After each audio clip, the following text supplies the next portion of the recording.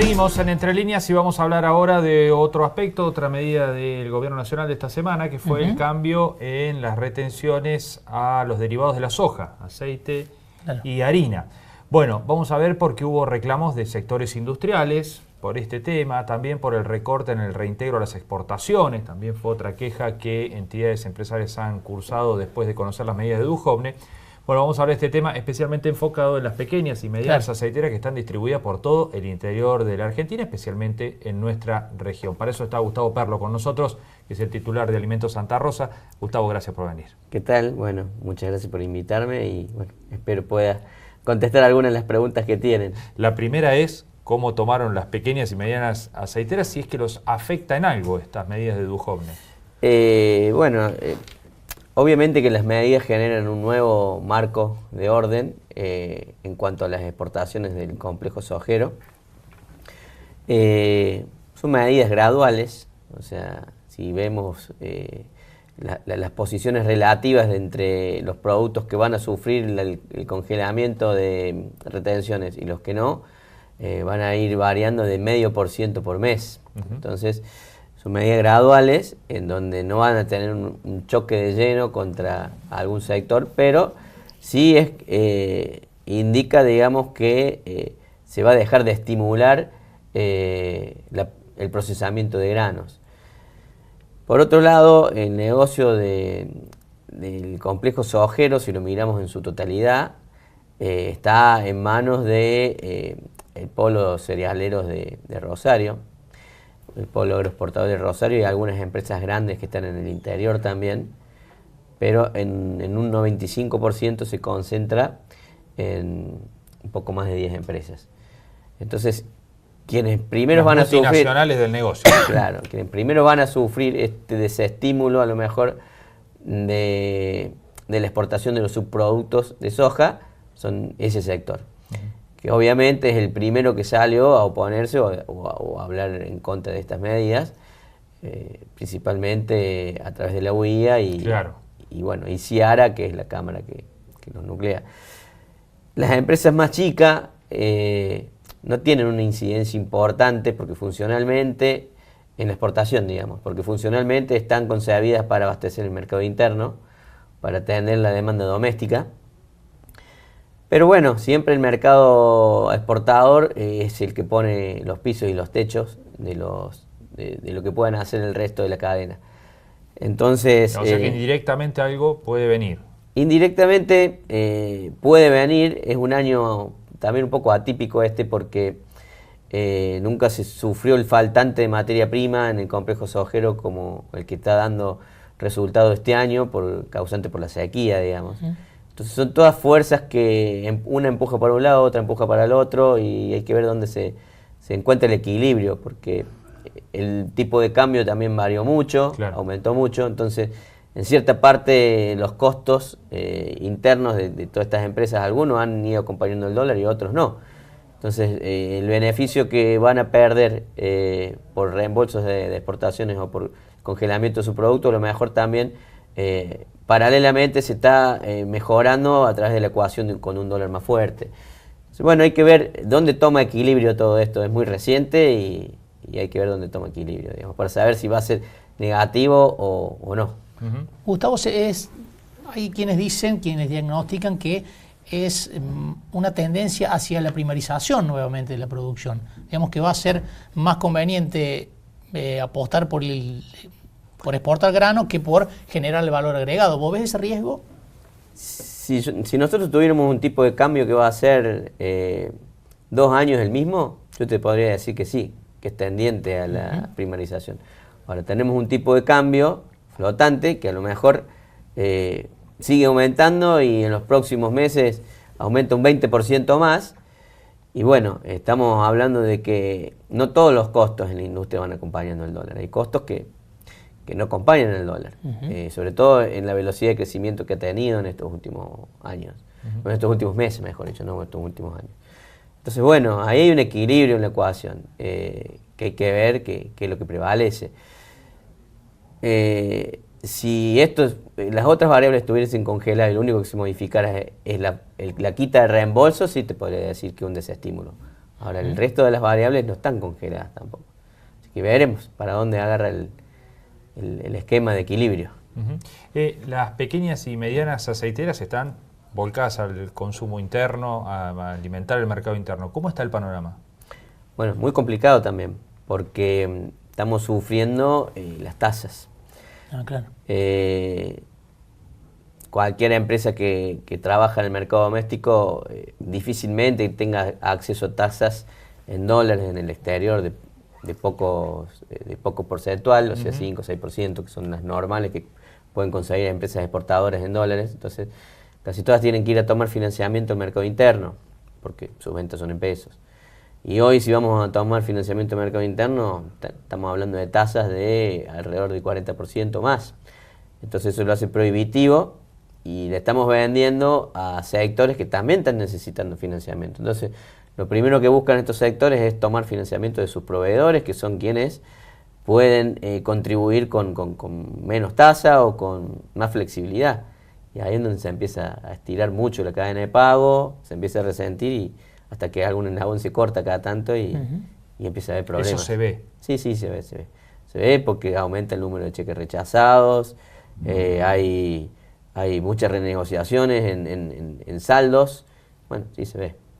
Se ve y se va perdiendo contra el dólar con eso, porque obviamente que renegociar saldos en peso y demás, y en nuestro sector particular que compramos granos que se ajustan al valor dólar y claro, que hoy el productor agropecuario lo retiene hasta último momento y cuando decide venderlo lo quiere cobrar rápido, nos mete en una situación de apremio, ¿no? Pero bueno, uno va tratando de postergar algunas inversiones y acompañar al productor de carnes para que estos somos todos parte de una cadena y si esa cadena se corte no vamos a llegar a la etapa en donde queremos llegar, que es la próxima cosecha, que creo que ahí van a llegar los primeros alivios de todos los problemas que estamos viendo. Para lo cual falta un rato, 6, 7 meses por lo menos. Para lo cual falta 6 meses, sí. Hay que transitar ese desierto mientras tanto. Mencionabas recién la cadena de la carne, que ustedes son proveedores de esa cadena, de ese eslabón de la carne. Está complicado también. ¿Cómo lo están sintiendo ustedes? Y bueno, ustedes lo verán en casos como BRF, como Globo Aves, como, bueno, productores porcinos que hoy están acusando de que trabajan a pérdida. Claro.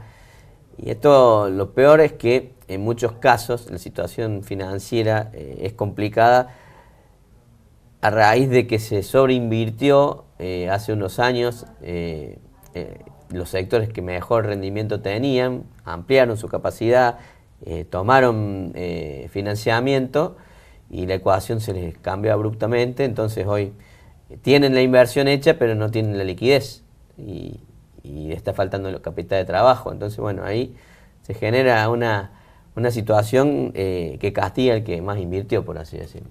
Por ejemplo, ¿el sector porcino? El sector porcino es uno, sí, que me vino invirtiendo a una tasa muy buena, porque tenía un sector que hasta hace pocos años gozaba de muy buena rentabilidad, y bueno, hoy se le dio vuelta la ecuación, agravado por la sequía también, que da escasez de granos. Hoy prácticamente un grano vale lo mismo en el interior que en el puerto, eso ocurre solamente cuando hay escasez. Y bueno, y eso lo sufre el que produce carne, porque básicamente su principal costo es la compra del grano para alimentar a los animales, granos y sus productos de granos. Gustavo, ¿y cuál es la perspectiva en general? ¿Ves algunas señales que permitan ser optimista medianamente para los próximos meses? Hay que armarse de paciencia, no hay que volverse loco y la mejor señal sería que tengamos una primavera llovedora, que se empiecen a recuperar los perfiles de humedad del suelo y que tengamos un año agrícola normal a bueno y bueno, pero es otra variable que no podemos controlar, así que empezar por la lluvia. Empecemos por la lluvia y que la naturaleza nos ayude, como siempre lo ha ayudado a este país, porque este país si nunca llegó a situaciones graves, muy graves en cuanto a violencia y desestabilizaciones internas en los últimos años y todo eso, porque la naturaleza nos ayuda y no porque tenemos buenos planes de gobierno, digamos, de conducción. Entonces, somos a pesar de los planes de gobierno. A pesar. Somos un país que la naturaleza nos va generando, nos va renovando la riqueza y nos administramos mal. Entonces, esperemos que otra vez la naturaleza nos vuelva a ayudar y esta vez aprendamos la lección, ¿no? Con este panorama, ni hablar de inversiones, ¿no? La prioridad es tratar de resistir. Sí, hay algunas inversiones que están empezadas y se terminan, o se están intentando terminar, se están tratando de finalizar, pero sí, el tema inversión es propiamente dicho. Si no es a través de un programa estimulado por algún ente o por algún fondo de que tenga alguna tasa preferencial. Sí, preferencial y de largo plazo, como puede ser, qué sé yo, uno está observando que puede haber incentivos en los esquemas para riegos de campo, puede haber incentivos en todo lo que son las energías renovables con créditos internacionales de instituciones que fomenten este tipo de inversiones y que son a 10 años, con tasas bajas en pesos, que requieren también la evaluación de un proyecto viable y bastante bien elaborado. En el corto plazo no se ven muchas posibilidades de inversión, de reinversión, por así decirlo, en las empresas. ¿Y qué está pasando con el empleo en el sector? El comercio dejó de ser una pérdida por goteo, como se decía, y ya con niveles preocupantes de pérdida de puestos de trabajo. Y la industria puede tener un goteo en este momento, pero está resistiendo y esperando 6 meses más para ver si se reactiva con todo sobre todo la zona nuestra, que es muy dependiente del ingreso de divisas del agro, y lo poco de industria que tenemos es mayormente agroindustrial. Entonces estamos todos con esperanza de aguantar, de no desarmarnos de nuestro plantel de gente, de todo lo que hemos trabajado hasta el momento, porque esperamos y tenemos esperanza en una reactivación a partir de la nueva campaña, digamos.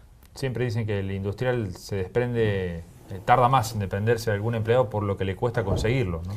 Y generalmente el industrial pierde, el último pierde el empleado, va perdiendo capital, primero va perdiendo máquinas, va perdiendo parte de su empresa, pero bueno, el recurso humano es tan específico y especializado que se desarrolla dentro de la industria, es tan de largo plazo que es lo último que uno quiere desprenderse.